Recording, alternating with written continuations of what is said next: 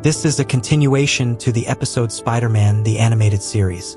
The first video's link will be pinned in the comments for those who didn't watch it.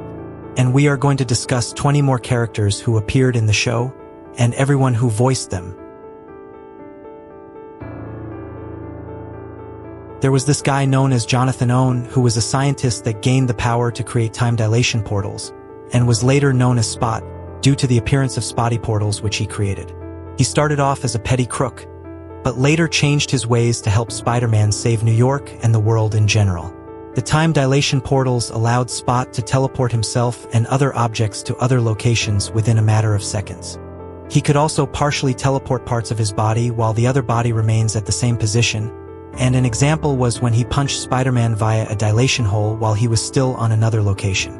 A funny villain-turned-hero voiced by Oliver Muirhead, an English actor and character actor who has been married since 1985 and has one daughter named Molly, and is also known for directing the musical pantomime of 1986, known as A Christmas Held Captive.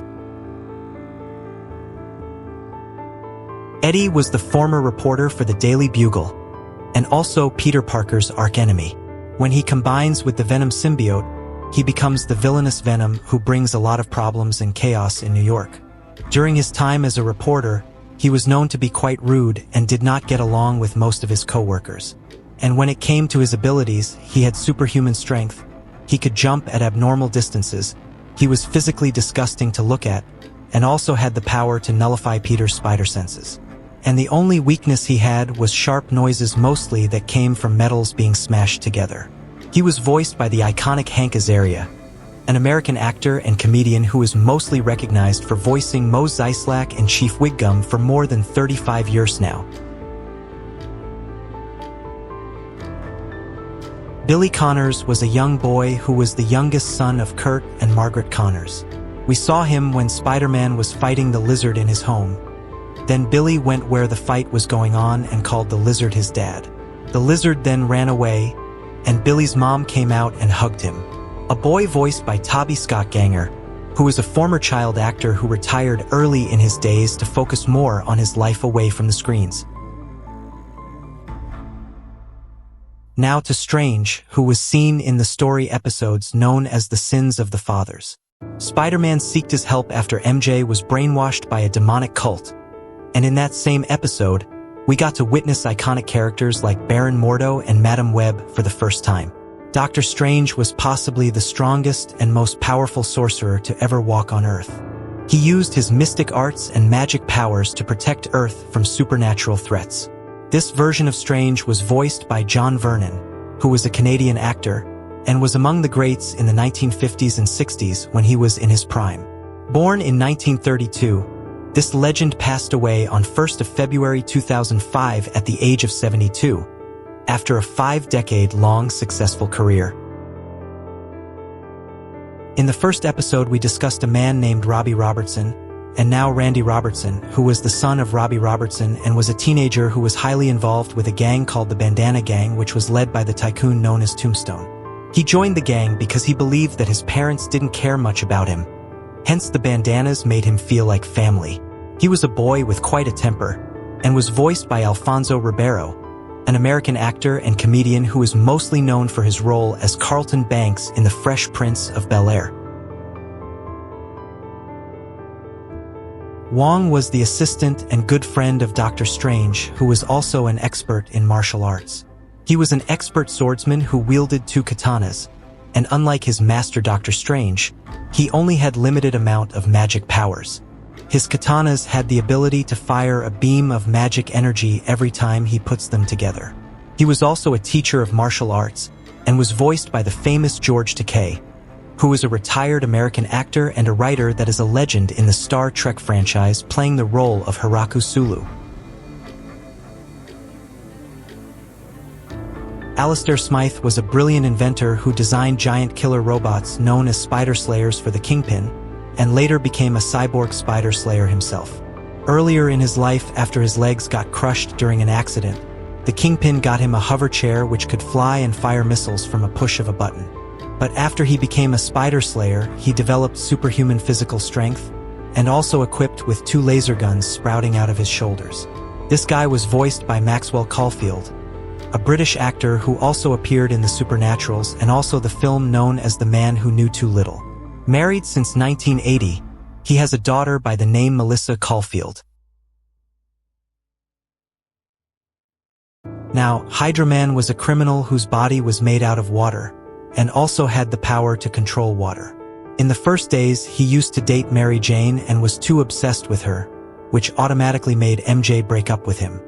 He later joined the Navy after dropping out of school, and one fateful day as he was on a mini-submarine for a special assigned research, the sub sunk, dragging him below the sea, and when he reached the ocean surface, the sub released a certain chemical gas which transformed him into a being of water, and became the waterbending Hydra Man. With his newly gained powers, he became a criminal and joined a gang of 4 who were known as the Frightful Four. A man voiced by the legendary Rob Paulsen, who is an American voice actor and director and is in hundreds of Cartoon Network shows.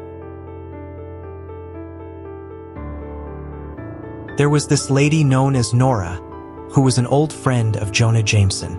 Not much is known about her, but we saw her working as a waitress in a bar called Baby Joe's. Just by looking at her, she was probably in her 30s or early 40s, and was voiced by Lois June Nettleton, who was an American film, radio, and television actress that received 3 Primetime Emmy Awards and also won 2 Daytime Emmy Awards for her great works in roles and acting.